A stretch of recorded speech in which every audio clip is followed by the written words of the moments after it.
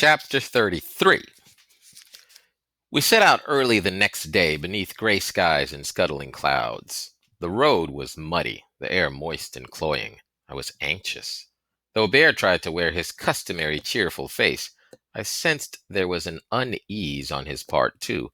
Of this, however, he gave no voice.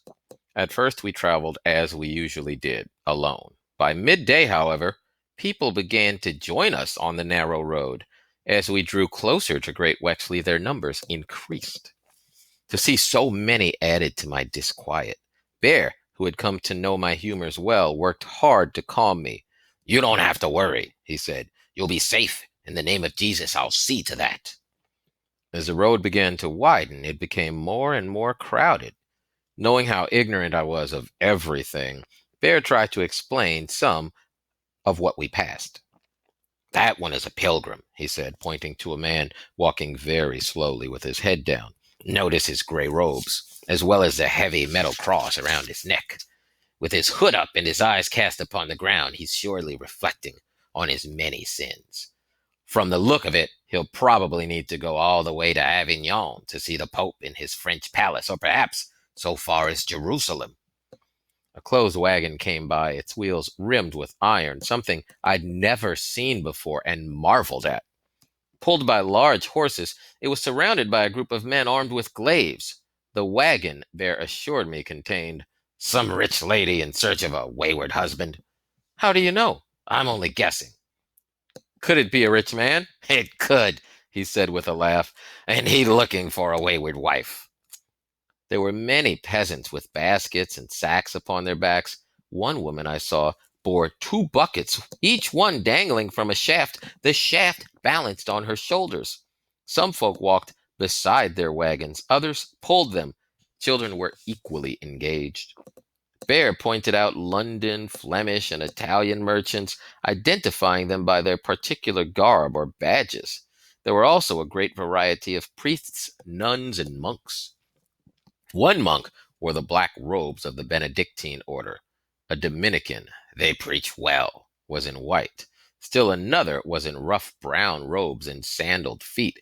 "He's a begging friar of the Franciscan rule," Bear said. "They take their sacred vows of poverty to heart.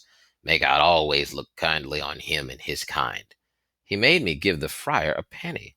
Some officials were, he said, from the county. One or two on horseback claimed they had come from the royal court in Westminster, close to London.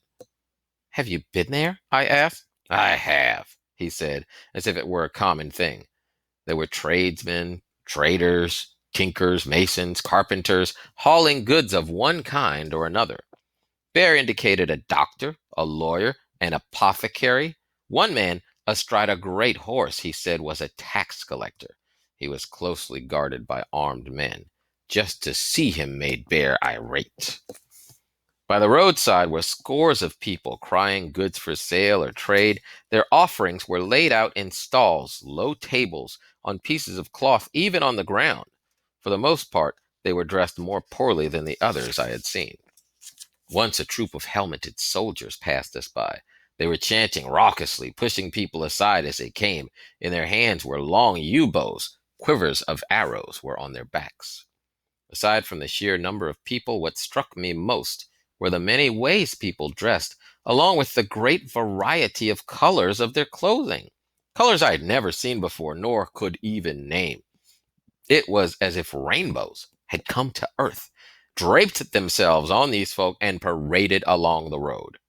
I soon realized it was not just words I had to learn to read, but what people wore as well. "The town will be crowded," Bear said. "You'll see people come from great distances." He seemed pleased. Though all but overwhelmed by what I saw, I was fascinated. To be sure, I stayed close to Bear as he strode forward with his great swagger. When people saw him coming, they hastily stepped aside, gazing at him in awe. Once he went by, it made me feel proud and safe. But now the market town of Great Wexley loomed before us as it had sprung from the ground. Its brown stone walls were immense, stretching away for as far as I could see. "Where do those walls go?" I asked, for I had never seen anything so vast. "They surround the town in a great circle," Bear said. Why a circle? To keep all enemies out. Then after a pause, he added, and in. Above the walls, I observed spires, some with crosses, from which hung a host of multicolored pennants, tossed and turned by breezes. It may seem odd, but it made me think the town had long hair, and each strand blown by the wind was yet another color. I saw many housetops, too. It all seemed immeasurable. By now, the people upon the road had swollen to such great numbers. The press became intense. A constant clamor filled the air. I kept turning about, trying to see and hear the all of it, asking Bear what this or that might be, but he, no longer of a mind to answer my endless questions, strode on silently. I found myself reaching out to touch him, lest I fall behind. As we drew closer to the walls, people began to squeeze together tightly. I wondered why until I saw the town's entryway before us, built into the great wall. It was a deep tunnel that revealed just how thick the walls were. The Bishop's Gate, Bear said. This entryway consisted of two massive black wooden doors, each one studded with iron bolts. The doors had been swung open and pushed back against the walls. Behind them, a portcullis had been raised halfway up, looking like teeth prepared to bite. Above the entryway was a design with markings on it that looked like a shield. Black cloth was wrapped around it. Bear was gazing at it intently, but when I started to ask him what it meant, I realized he'd shifted his gaze to the gate. I followed his look. Soldiers or chests covered with iron plates were guarding the entryway. Pointed metal helmets were on their heads. Tall glaives were in their hands. Swords at their sides. Daggers on their hips. Atop the walls were other guards. What's more, the soldiers were allowing only a few people in at a time. Remembering the men at the bridge, I grew alarmed. I think, I whispered, my mouth dry, they're looking for someone.